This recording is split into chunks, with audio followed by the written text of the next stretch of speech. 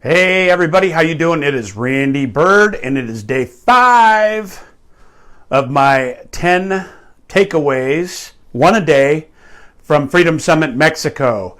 And I got a brand new ring here. Actually, I'm set my glasses on the back of my BMW today, and then went to go get lunch, and got home, was like, where's my glasses? And they were halfway between here and lunch. And all that happened was, I don't know, can you see that little, it's kind of like a rainbow I'm looking at in the screen right now. You see the little nick on the bottom and got a little scrape right there? That was it, literally. I found them in the street laying like this. Anyway, I don't need those for that. But anyway, day 5 is really another nugget that was a takeaway. And, when he said it again, I was like, okay, that makes a lot of sense. But be willing to accept the worst case scenario. And then he expanded on that. What's that look like, right? Well, if you go into these situations being willing to take the worst case scenario, what's the worst possible thing that can happen, all of a sudden that fear leaves you, right? And so I started relating it to all the things that we do in business. That one big person you want to talk to that might be valuable for your business, that one client that maybe you've been trying to avoid or whatever. But if you really focus on the worst case scenario, what's the worst possible outcome that can happen? Is it rejection? Is it you're not good enough? Is it they say no, they never talk to you again? Or God forbid you get the business and you do something with it, right? But what's the worst possible scenario? And that could work in relationships. It can work in financial stuff. And what it did for me is I said, okay, it brings up your fears, right? Brings up the things that you're most fearful for.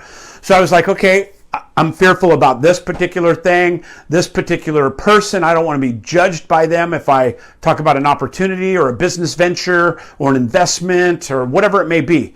Or maybe it's a controversial thing. Maybe it's a conflict with a friend or somebody a business associate. So if you think about that worst possible case scenario, you're not going to die, but did you die from hangover?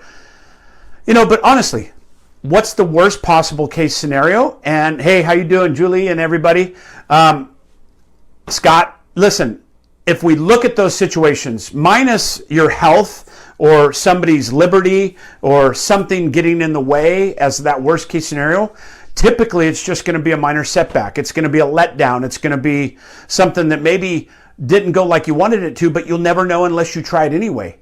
And all of a sudden I was thinking, there's a couple restaurants I wanted to interview in town, but I don't have the right camera equipment, or I don't think it'd come out enough, or they don't want to talk to me about it. And that's just one of the things of like 10 things that opened up in my mind about this, thinking about what is the worst case scenario and then build off of that, right? And if that worst case scenario doesn't put you in harm's way, doesn't put your business in harm's way, then it's really not that big of a deal or not that big of a scenario. And so for me, that was one of those nuggets, again, in no particular order, but I was like, wow, there's a lot of things that I'm avoiding because of fear. And we all have fear. I have fear. It's just, I admit it now. Back in the day when ego prevailed, I was just like, nothing, I was fearless, right? Nothing bothered me. Nothing was fearful of me. But it was bullshit. It just wasn't true.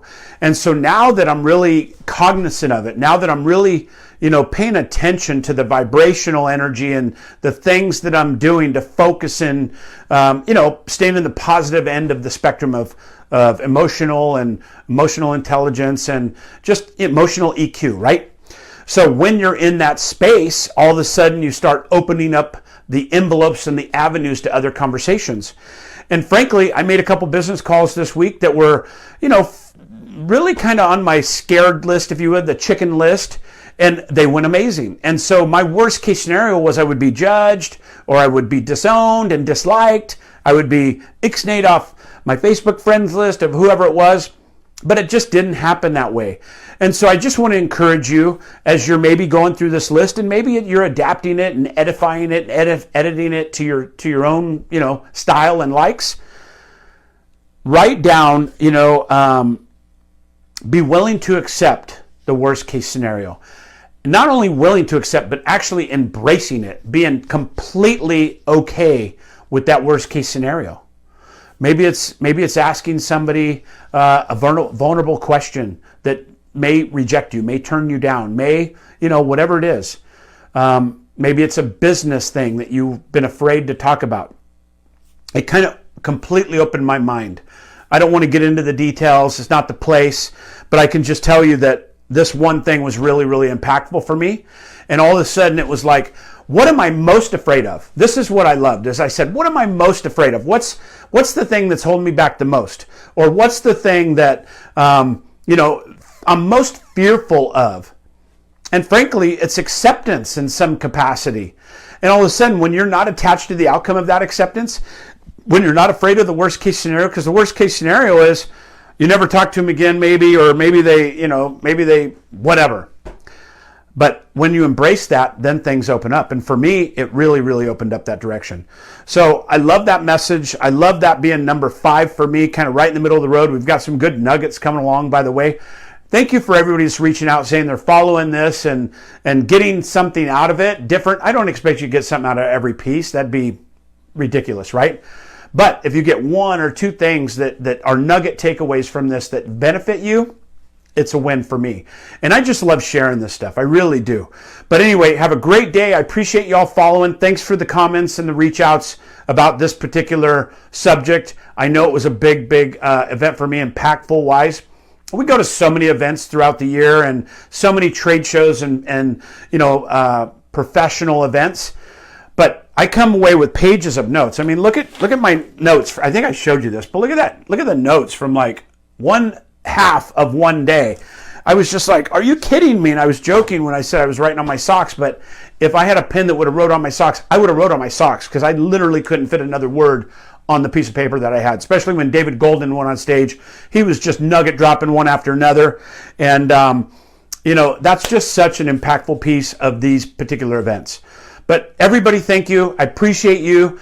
Give me some feedback. Let me know how this ring worked. I got this little ring thingy today. And, I really appreciate you. Have a great day. Talk to you soon. Bye for now.